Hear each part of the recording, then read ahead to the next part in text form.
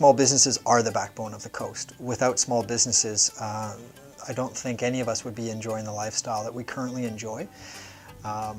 Across the country, in fact, small businesses make up the largest growing sector. It's not the mega big, it's not the large corporations that are making the growth that one would think. In fact, all of the growth that we're seeing in Canada tends to come from small and medium enterprises. One of the things that I really love about being a business owner is the flexibility that it's provided me in my life, sort of outside the business and in the business. It has taken a bit of time to get to this point, of course, but now that I'm here, I can allow my staff, my wonderful staff, to take over the store to a certain degree, so it's afforded me the time to go off and do some other things that I'm passionate about. You know, I decided to start my own business. I came to the Sunshine Coast in 1988, and I really liked it. I did all kinds of different ventures. At one point I was in the fishing business, commercial fishing. And that got really slow and didn't keep me busy enough. And I wanted to live on the Sunshine Coast, so I said, well, what else can I do? So we have a lot of logs in the forest industry. We have a good fiber supply. So I figured if I can build something I can ship off the coast, that it might be a good business. Well, a business plan is a roadmap for your future success. It helps you identify those opportunities and mitigate the roadblocks that you may find. A business plan is something that is very important if you're going to borrow money or if you're looking at charting out your future of the business and how you're going to succeed. What type of capital do you need? What type of equipment? And how are you going to staff up if that's what's required? How are you going to deal with competition? These are all things that a business plan should help you to achieve or to avoid. I think the business plan development was really an important part of it because it just made sure that I was thinking of all the various, or I was taking into consideration all the various avenues that I needed to make sure the bases I needed covered. Did I follow everything that was on my business plan? Absolutely not. A lot of stuff just kind of fly by the seat of your pants or take it on a whim and did it as it came. There was definitely some things that I just completely came up with on my own. There's definitely some elements of the business plan that I followed though, and that helped. Budgeting was probably one of the bigger parts of that, but there's still a lot that you just kind of learn on the fly too. The business plan was very important for us. It really opened our eyes in the beginning what we have to expect in expenses, what could be the pitfalls and so on. And if you have a good plan in place, it's most important. Well, I think we all know the risks associated with trying to move a project forward without proper planning. And we've seen time and time again great entrepreneurs with great ideas trying to succeed without any type of planning. And we find that you can be successful that way, but the chances are so much more elevated if you do engage in a proper planning process. You know, you need quite a bit of money to start a company, especially what we do. It's all heavy equipment and so on, so we had to buy a crane and lease a piece of land and so on. So it was not cheap to start. You know, I needed about $100,000 to start, and I had to go to Community Futures to borrow that money, and they were super helpful, super nice to me, very, very supportive. I was fortunate that I had an existing large line of credit because of the way my mortgage had been set up. I don't think that too many banks would have offered me a loan in the situation that I was in, but I did have the accessible funds already there. So that was great. And there was also a certain amount. Obviously, I could plan how much my rent would be. I could plan how much my electricity and phone bills and whatnot could be. And then I just had to make sure that I controlled what my starting inventory was. Money was definitely not the driving factor in opening this business, thankfully, I suppose you could say. But it's not that we haven't done well. Obviously, the business itself has grown a great deal, so I'm really proud of that for sure.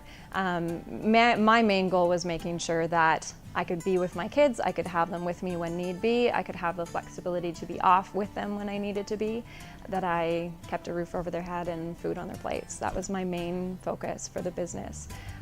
It was definitely not something that I set out with this mad goal to make millions of dollars with, because in a small town and only so many families to serve and only so many toys you can sell, there's only so much you can do. I would say the money part was never that important. Like, it was more like we want to stay here on the coast, have the quality of life on the Sunshine Coast, and for that, you try to create a job for other people and for yourself. It was not just to make the most money we can. It was about the life quality. I did actually two mistakes. One was I had partners in the beginning, which partnerships they rarely ever work out. So I had to buy my partners out.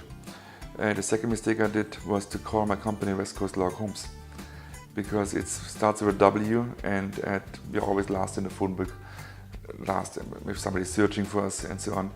And most people think that we only do log homes, like the typical log home. We do a lot of timber frame, square timbers, post and beam mainly. We actually do very few real log homes. So yeah, I wouldn't necessarily say that I've made one big mistake that I've had to recover from in the business. I think that it was mostly just a few little things, little mistakes that I've made and ways that I've learned, things I've learned from that to change along the way. Figuring things out to do things a little bit smarter, working smarter, not harder sometimes. One of the big ones is, of course, in a retail business, and especially here on a small community on the coast, is there are periods of time where business is slower and quieter. And so I've really learned how to budget a little bit better throughout the year, so that following a big successful Christmas, I can pace myself throughout the beginning part of the year when things are a little bit more quiet. And we did have one really particularly difficult year for sure, a couple years back, and it was hard and it was scary, but I followed that up this year with our best Christmas and our smartest budgeting through January and February and hopefully March as well. So I guess if there's one piece of advice, it's really try to protect that central idea, protect that passionate excitement for the business, but balance it with actual planning, with actual numbers. If you can take that step, then you can find a partner in a local lending institution, you will find a partner in Community Futures, you will find investors. But without that planning, you're loading the deck against yourself. If you start your own business, everybody has to realize it's not just a job, it becomes a lifestyle.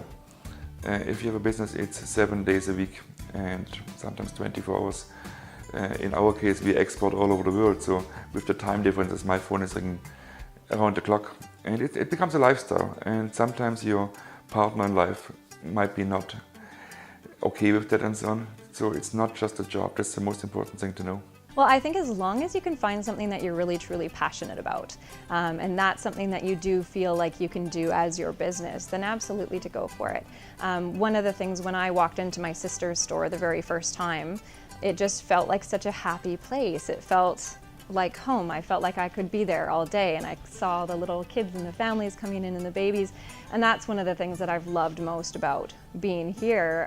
That's a big part of it with me, is just not just the retail side of things, but just connecting with the other families. So if you've got something that you're passionate about, even if it is something that involves a retail side of things, or if it's a service that you want to offer, then by all means open up that business. I have an awesome team together. I would do it again. We certainly had our up and downs, and probably every company has that. The downs are really, really important. So you learn from your mistakes and you don't do that again. And yes, I can recommend to people, be self-employed, especially in an area like where we are. Try to create some jobs for other people.